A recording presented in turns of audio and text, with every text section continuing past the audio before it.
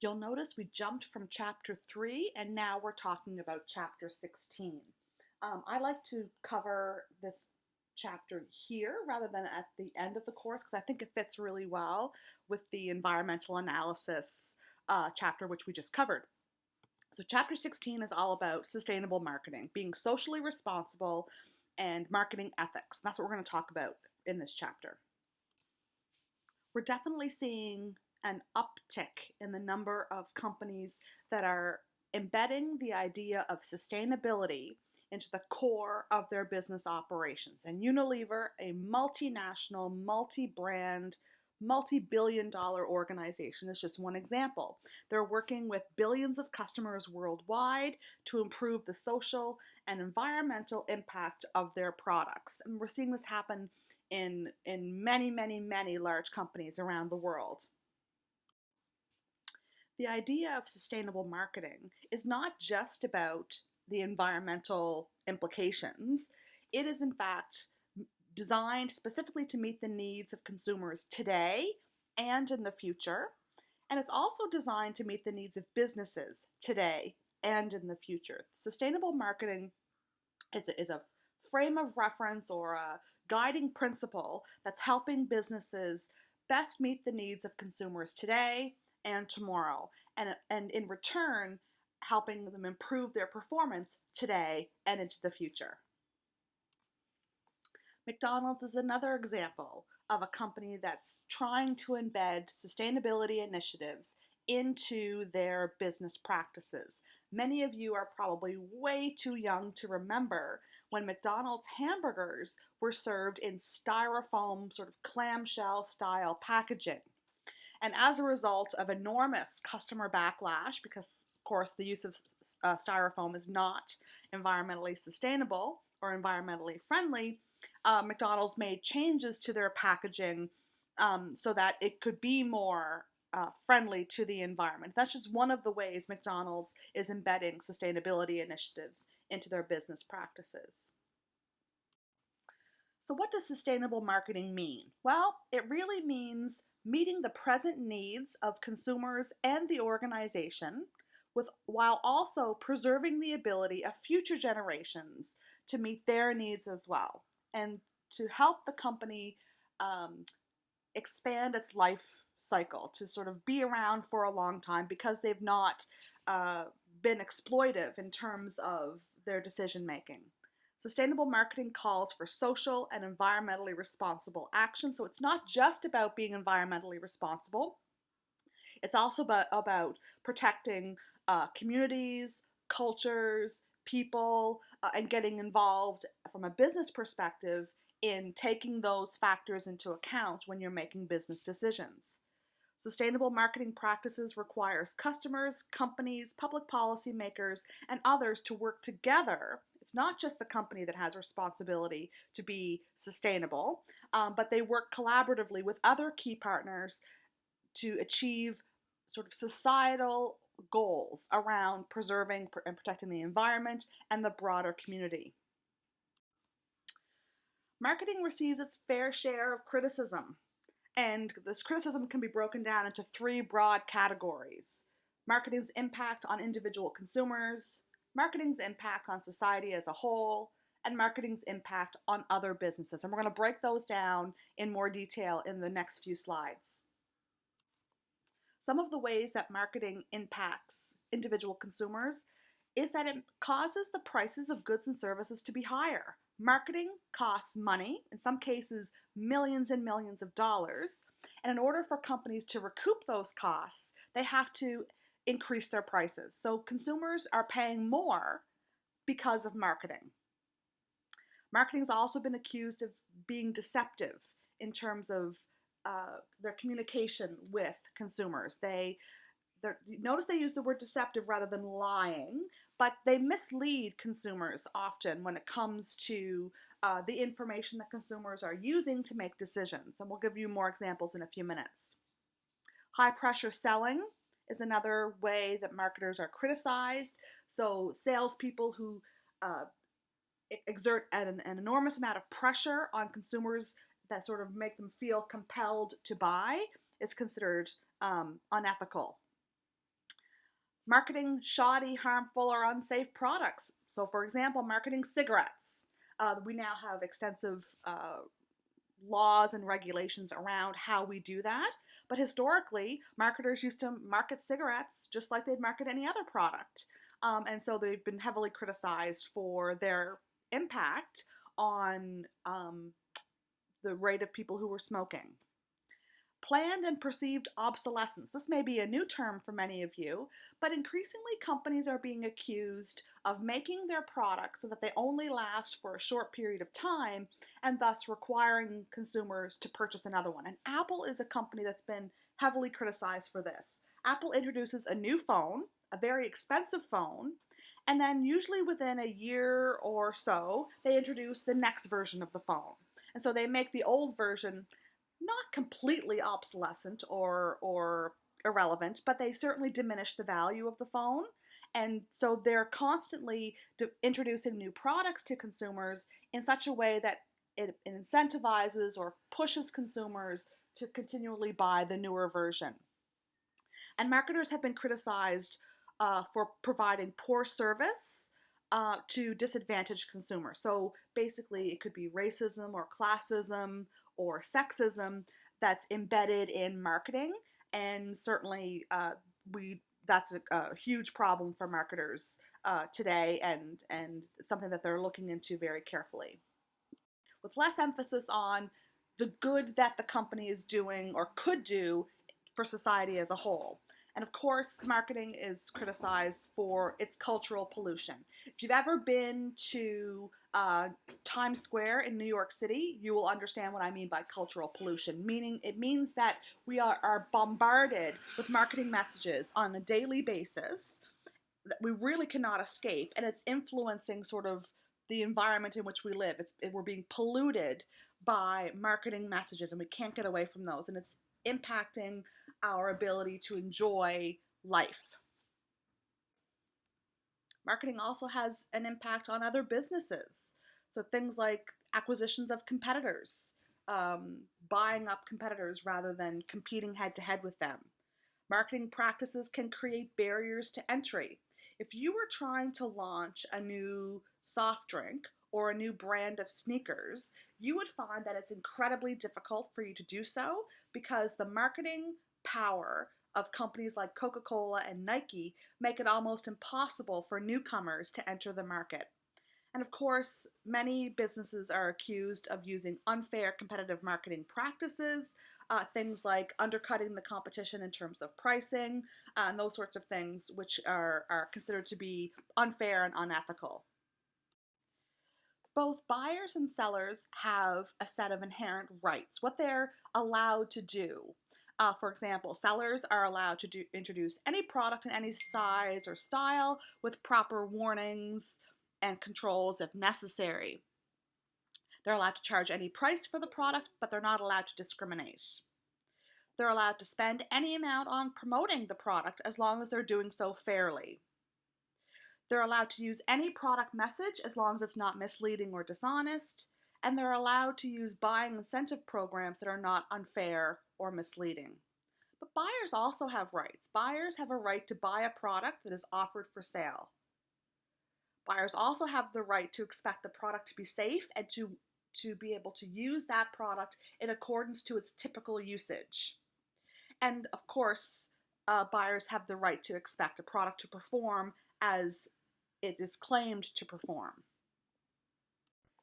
Some proposed consumer rights that consumer advocates are fighting for is the right of consumers to be well informed.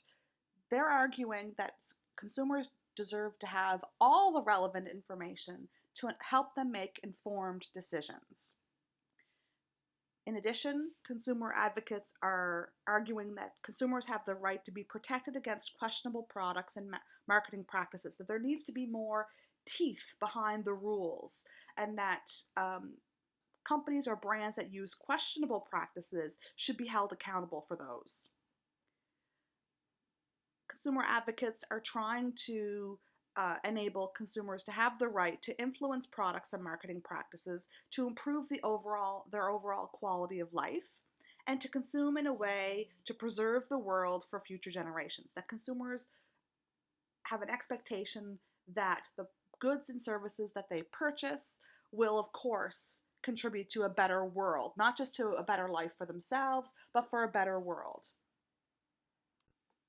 Environmentalism is a frame of thinking that puts the protection and preservation of the environment in the forefront of decision making. It's concerned with things like damage to the ecosystem, the loss of recreational areas, an increase in health problems. Things like climate change, pollution, those sorts of things are all sort of embedded in environmentalism, and marketers have a role to play in this. Environmental sustainability means you're generating profits for your business while at the same time working actively to protect the environment and ensure that not only are you not degrading the environment, but you're actually improving the environment for future generations. There's several major marketing decisions that may be called into question under the law. So how you're selling your products. Are you bribing people? Are you stealing trade secrets? Are you disparaging customers or competitors? Are you misrepresenting your product? Are you disclosing customer rights? And are you practicing discriminatory practices?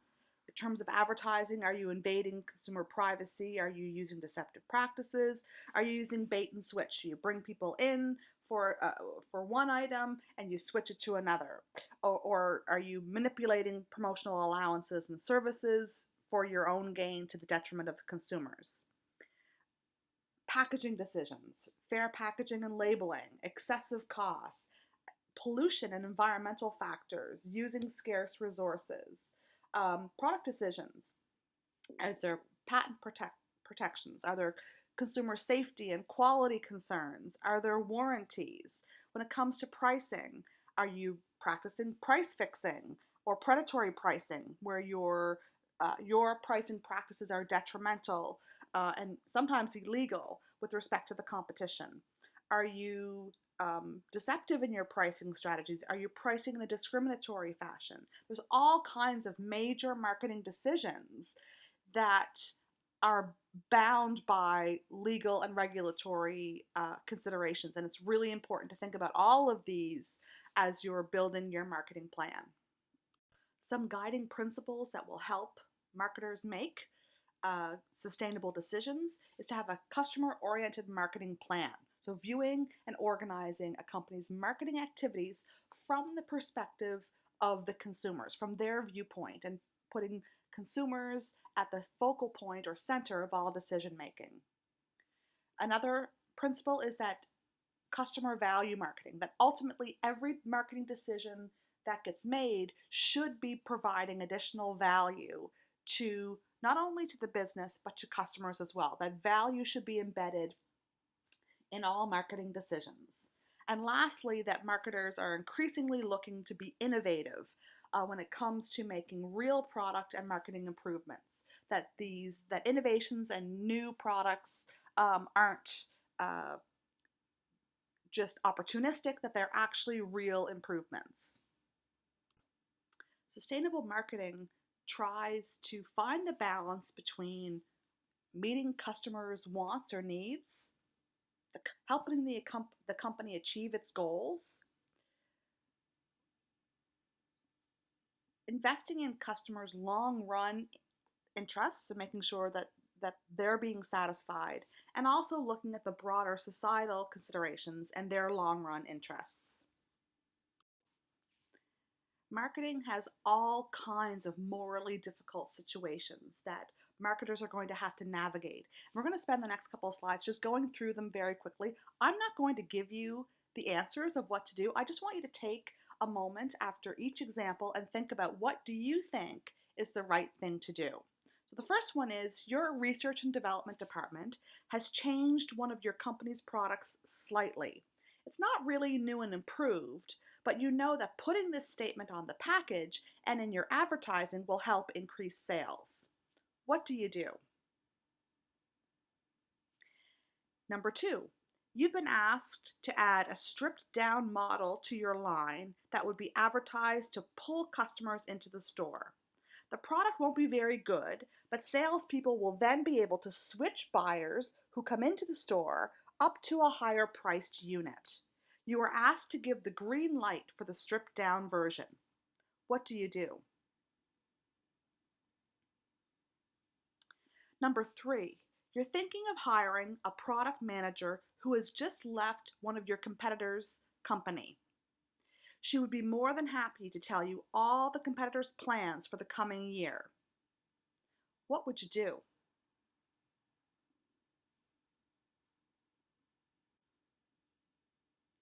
One of your top dealers in an important territory recently has had family troubles and his sales have slipped. It looks like it will take him a while to straighten out his family problems. Meanwhile, you're losing many sales. Legally, on performance grounds, you can terminate the dealer's franchise and replace him. What would you do? Number 5, you have a chance to win a big account in another country that would mean a lot to you and your company. The purchasing agent hints that a gift would help influence the decision. Such gifts are common in that country, and some of your competitors will probably make one. What would you do? Number 6, you've heard that a competitor has a new product feature that will make a big difference in sales. The competitor will demonstrate the feature in a private dealer meeting at the annual trade show. You can easily send a snooper into this meeting to learn about this new feature. What would you do? You have to choose between 3 advertising and social media campaigns outlined by your agency. The first is a soft sell, honest, straightforward campaign. The second uses an emotionally loaded appeal that exaggerates the product's benefits. The third involves a noisy, somewhat irritating commercial and pop-ups that are sure to gain audience attention. Pretest shows that the campaigns are effective in the following order: C, B, A. What would you do? And lastly, you are interviewing a capable female applicant for a job as a salesperson. She's better qualified than the men who have been interviewed. Nevertheless, you know that in your industry, some important customers prefer dealing with men, and you will lose some sales if you hire her. What do you do? Marketing ethics are complicated. Some of these decisions are not easy to make. Many organizations have ethical policies that serve as guidelines for handling various kinds of issues or dilemmas as they arise.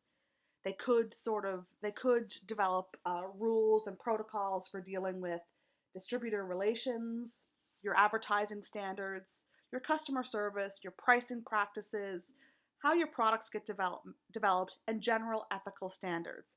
But these aren't required, nor are they standard across organizations. It's really important to give some thought to and understand if your company has ethical policies. You need to understand and know what those are.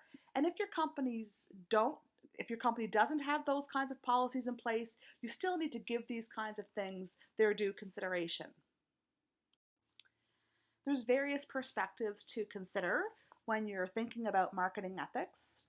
I often hear from students and certainly from the marketplace that in a free market system and within the legal system that we operate, capitalism says marketers should be able to do whatever they want to do to make money for their company.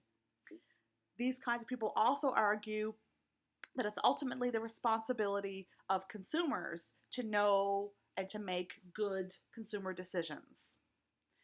And that companies at the end of the day are responsible to make money for their organizations. That being said, consumers are increasingly demanding that the companies with which they do business behave in an ethical manner. So now it makes business sense to develop strong ethical practices because if you don't and you get caught making unethical decisions or uh, behaving in unethical ways, your customers are going to hear about it and you're going to pay the price. The Canadian Marketing Association has developed sort of a code of ethics that marketers are supposed to adhere to. But keep in mind, this is a code of ethics. There's no laws or regulations forcing people to adhere to these rules. This organization is representing the interests of our members on key issues. And they say they're taking a leadership role in identifying, planning for, and reacting to issues affecting marketing in Canada. Their job or task is to influence and help shape policy initiatives which impact marketing through the education of government, media, special interest groups, and the public. And they play a role in establishing and promoting ethical standards of practice for marketing and taking an active role in ensuring compliance. But keep in mind, this perspective, the Canadian Marketing Association, is advocating on the part of marketers, not on the part of consumers. To continue, the role of the Canadian Marketing Association is to promote integrity and high standards of business conduct among their members in the interests of consumers and each other. They are a major source of knowledge, marketing intelligence, and professional development, and provide opportunities for members to meet, network, exchange information, and do business together. But again, they're looking at these guidelines are meant to shape the behavior of marketers, and with marketers in mind first and foremost, not necessarily what's in the best interest of consumers. Sustainable companies are companies that create value for consumers through socially, environmentally, and ethically responsible actions. Sustainable marketing provides the context through which companies can build those profitable customer relationships.